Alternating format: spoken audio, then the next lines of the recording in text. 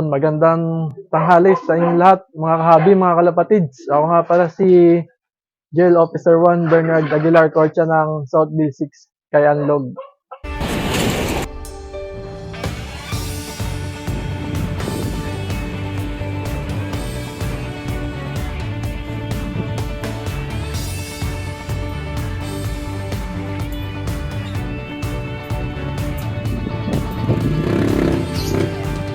Bali, nagsimula ako magkalapate nung nasa San Vicente pa yung loob ko nun eh.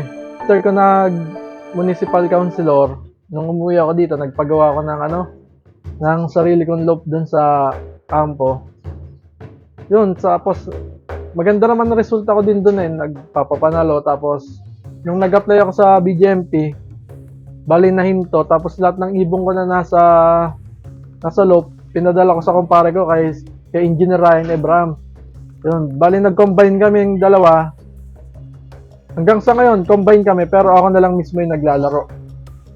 Bali nung after ng graduation ko sa jail basic recruit course, nagpagawa kami ng loop dito sa Kayanlog sa Southville 6. Kila misis para sabi niya nga para lagi daw ako nandito sa bahay. Yun, tama naman, lagi akong nandito sa bahay, hindi makaalis kasi nga may mga alaga kaming kalapate dito na pinanlalaban din. Tapos nung lumipat kami dito is last 2024. Bali ang gumawa ang tumapos na nitong loop ko ay sila Kuya Boy Digia. Sila na yung tumapos yung itong stock loop ko tsaka pliers. Pati na rin tong lagayan ng mga breeders ko, sila na din ang tumapos nito. Bali ang sukat ng pliers loop ko ay 8 feet ang haba, 8 feet din ang lapad, tapos 7 feet ang taas. Na naka-Taiwan style daw na namin to kay nakuha ko yung idea kay Ex Machina. Parang ginaya ko yung pinagawa ko kila Kuya Boy. Kasi mas madali magturo ng young bird dito sa akin eh. Mas mababa yung casualty ka sa overfly. Depende na lang talaga pagka yung nadadaanan dito ng mga release. Kasi daanan talaga to ng mga ibon pagka may mga nagre-release dito sa part ng Batangas tsaka Quezon. Dito talaga sa loob ko nadaan. Bali, ang mga hawak kong bloodline ngayon is Van der Wegen na galing kay Sir Jong. German inbreak na kuha ko kay paring Mark Villasor. Tapos yung mga bagong kuha na ibon kay kay Sir Enzo Ronquillo, Reiso tsaka Banbunda rin. Tapos kay Sir Timmy, yung owner ng Ulpa, nakuha ko sa kanyang TDB na kulay puti. Tapos 22B na breeder din. Tapos isang drapa na direkta naman yung mga magulang nun kay Sir Russell Baldago na acquired rin naman ni Sir Timmy yun. Tapos nag-share sa akin ng young bird. Yun. Tapos yung mga old lines ko dito ay yung lahi ni 2K, yung mga nagpapapanalo ko noon. Nasa Kanlubang ako, tsaka yung sa kumpare ko ay Sir Ryan. Tapos Alphonse, ang naandito, tsaka yung first overall champion ni paring Paulo na solo complete clacking sa PSU. Tapos ibon ni Marvic Ramirez na nakuha ko sa auction. Dito sila ngayon sa akin. Tapos Mike Ganus na nakuha ko naman kila Sir Bart Rio tsaka Jason Koopman. Doon ko din nakuha JB's line nila. Ang daily routine ko dito sa loop namin ni Mrs. is bali mga 5:30 pagka 5:30 AM pagka medyo maliwanag na nagpapa-loop line na kami. Pero pagka yung madilim, hindi kami nagpapa-loop line ng ganong kaaga. Tapos sa breeder naman, more on herbal din kasi kami dito eh. Yung natutunan ko yun kay Richie Alan De Leon, kay lahi ni Adan. Doon ko nakuha yung idea na yon. So far, maganda ang resulta sa amin. Sa flyer, sa breeder, sa mga stock. Kahit sa manok, maganda yun eh. Kasi sinusubukan din namin. Di lang namin nasubukan sa ibang animals na painom yon. Pero dito sa loop namin, pagka Monday, ayun ang binibigay namin sa kanila. herbal, tapos yung after arrival nila galing low fly, ayun na iniinom nila. Tapos sa flyer mix namang gamit namin is kalapatids. Flyer mix. Tapos sa breeder mix naman ng kalapatids din. Bali dito sa loop ko may dalawang section. Pagka wala pa akong panlipad sa susunod na season, nakasilibas si system ako dito.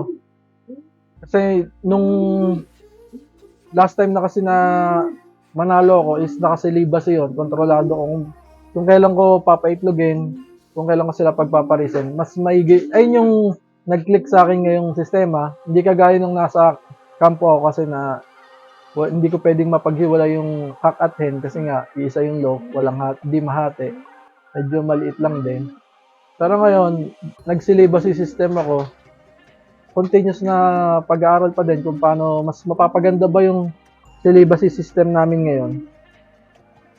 Tapos sa ngayon kasi nung naghakot na ako ng mga young bird ko ng North. Pinagsama ko na sila pero nito lang kaka-start na derby. As of now hindi pa naman sila nag-iitlogan kasi nga bugbog din naman sa toss. Siguro mang toss namin dito is 3 times a week. Ngayon nga lang 3 times a week kasi nung North, halos araw-araw ako nakapag-toss gawa nga ng sa Cavite ako at naka-assign, dala-dala ko yung mga ibon pagka papasok ako. Tapos pag nauwi naman yung ibon dito, si Mrs. na ang nag-aasikaso. Bali, ang kakombine ko na nga talaga ngayon is yung Mrs. ko kasi siya nag-aasikaso. Work from home siya. Siya yung nakakatutok. Siya yung nakakapagbigay ng mga vitamins. May mga ginawa kong table na schedule para ayun na yung susundin niya. Tapos, ayun, maganda naman yung resulta. Ang problema lang, siya yung kilala ng ibon, hindi ako. Pagka lalo na yung pauwian namin, tinitingnan ako ng ibon, di ako kilala eh. Hirap magpapasok. Siya lang nakakapagpapasok kasi dito kasi mas madalas siyang nandito sa bahay. Kaya pag duty ako, kaya mas kilala siya ng ibon. Bali ngayon, bukod sa naglalaro dito sa club, dito sa Laguna, naglalaro din kami ni Mrs. sa OLR. Ngayon sa Alegre OLR, tapos sa bagong bukas na OLR dito sa sa May Laguna, sa Ulpa OLR kila Boss Timmy tsaka kay Boss Homing. Kay Sir Chris Camato yan. Sila may-ari nun. Tapos, ngayon sa QPHA, magdadala din ako ng ibon doon kay Sir Bart Trio. Siyempre, supportahan natin yung mga tropa natin na mababait sa atin. Si Sir Bart Trio, napakabait yan. Hindi naman yan yung kagaya na iniisip na iba na bait yan. Tapos bali, kumuha rin pala ako ng ibon kay paring Chris Ward Prealde yun, mentor ko, siya yung mentor ko sa kung paano ko natutunan yung tamang pagtotos, sa recovery. Kasi nung mga nakaraan kasi, banat lang kami ng banat eh. Kaya medyo hirap din. Ngayon, nakapag-adjust kami, kaya maganda yung resulta. Sana magtuloy-tuloy din. Tapos nakakuha ko kay Aaron Claudia ng ibon din na yung mga magulang ay direkta kay Sir Mike Alcantara na kakross naman sa ibon ni Sir Saldi Garcia. Ayun yung mga additional ko ngayon. Bali, halos yung iba dito ay matatagal na ibon na kumikilos naman sa akin ng maganda kaya hindi ko inaalis. Kaya kung makikita nyo mamaya medyo marami akong ibon. Yun talaga, mas masaya, mas marami.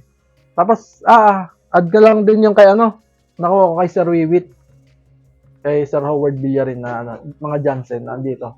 Sila yung mga sprinter ko noon nung nakarang North tsaka ngayong South. Ngayong ongoing race kasi wala akong sprinter na maganda-ganda kaya bihira tayo magsasali sa mga pooling. Pero ngayon derby yan, nasali tayo kasi medyo malayo-layo na rin naman, maganda rin ang laban. Dito kasi sa atin sa Laguna, ang bibilis ng ibon kaya pagka bumanat ka ng bumanat dito ng pooling, malulugi ka. Saka, lalo na pagka hindi mo alam yung lipad ng ibon mo, ang hirap. Kaya mas maigi merong kang sprinter sa middle distance saka pang long distance na ibon. Para at least, ma-enjoy mo yung buong season ng karera. Hindi lang yung sa malapit, sa middle, tsaka yung mas maganda kasi yung nasa dulo eh. Nandun yung saya.